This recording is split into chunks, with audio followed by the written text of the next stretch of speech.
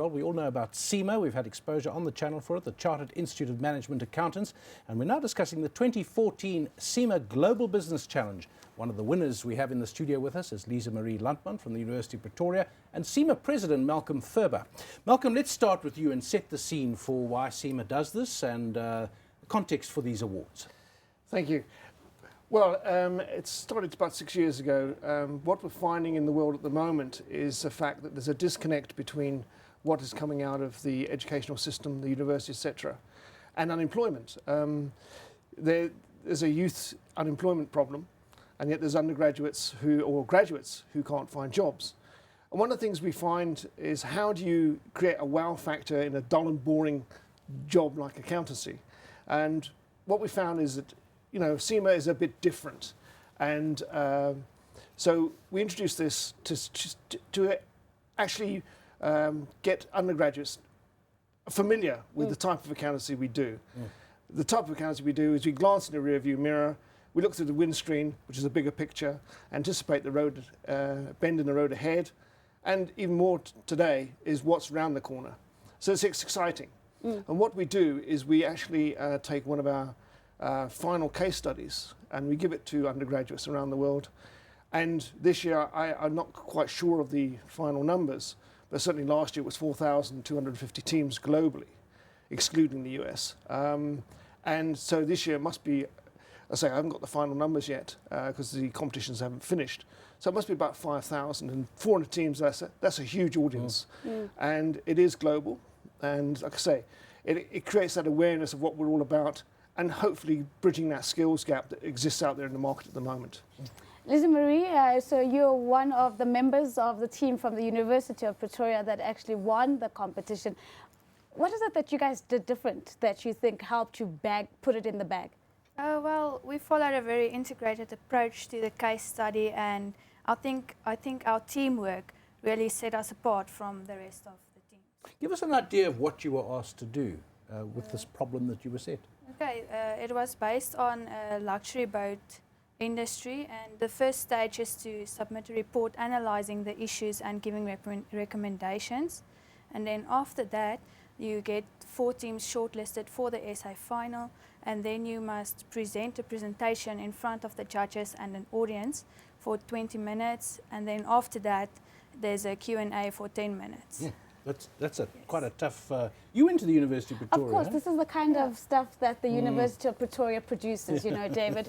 But coming back to Malcolm, I mean, this is a global competition, and there is the next leg, which is in Mumbai. Just give us a sense of, how do you put it together?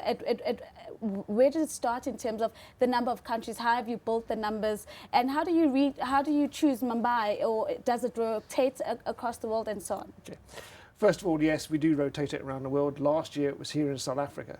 It first started in Singapore, then moved to Malaysia, China, etc. And what happens is that it's usually 24, as it was in South Africa last year, 24 teams from each country come to a central point. And they represent the same case study as they presented to us, perhaps with a little bit more extra coaching, from a local guru probably. And from that, 6 teams go to a final playoff. And in that instance, what happens is that they are told at 8 o'clock in the morning that they're into the final, and they have by 3:30 in the afternoon come up with a different presentation based on a new scenario on the same subject. And how do you choose the case studies? I mean, what is it that you follow in the world of finance and economics that helps you decide that this is the problem that these great minds should be focusing on?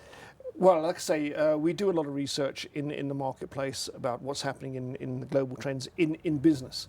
I mean, we research our qualification quite extensively when we revise it, which has been every 5 years. Luckily now we're moving to a completely computer-based assessment, which means we can revise more frequently. Because the business world is changing so fast, we can't wait 5 years to revise our syllabus. So we look at the trends out there and we pick something which is topical at the time. Lisa Marie, working under pressure, time constraints, this horrible story of 8 o'clock you're given something and 6 hours later you've got to produce a new presentation. How did your team cope? What were the kinds of things you learnt working under this pressure? Definitely dealing with stress, it helps you a lot going through this experience, and time management. We had actually a test week in the middle of this. So you've got to carry on with your normal work Yes. while you're doing this. yes, definitely. And this learns you or teaches you to do more effective time management in your life. Is there a particular lesson you've learnt about time management or about managing stress? Presumably you were the team leader. Yes. There must have been times when you had to deal with people in your team who were saying, I'm not going to do this anymore, or people shouting and screaming at each other because they're frustrated? No? Not really. We are Obviously this university... She is the epitome of confidence and Cool, stressless, under cool stress, and yeah. calm and collected. That's the kind of stuff that you and I should learn, David. But what really interests me is how you've gotten sort of the peripheral universities that aren't always focused on into the frame. I mean, we've got the University of Venda, the University of Zululand. Talk to us about the thinking behind ensuring that you have a very inclusive approach across universities in South Africa. Well, I think all credit due to the local office. I may be the global president, but I actually am from South Africa. So I must give credit to the local office. I wasn't involved in that process, but when I saw what they were doing, they were actually going out on roadshows into the nether regions of Africa. And it happens in other countries in Africa as well. So yeah, all credit to them. It was an initiative they took on, and I think it is a huge country. Let's face it. And to get those smaller universities, to give them the opportunity was really something very terrific that the local office did. Of course, the other aspect of it is the kinds of accounting that we talk about. So as management accounting, you talked about the rearview mirror and the windscreen and what's around the corner. Sounds like they need a GPS, Yes, just to yes. see what's around the corner. But from your perspective as a student, you've discovered different kinds of accounting. So how important has this been in focusing your mind on what kind of accounting you want to do?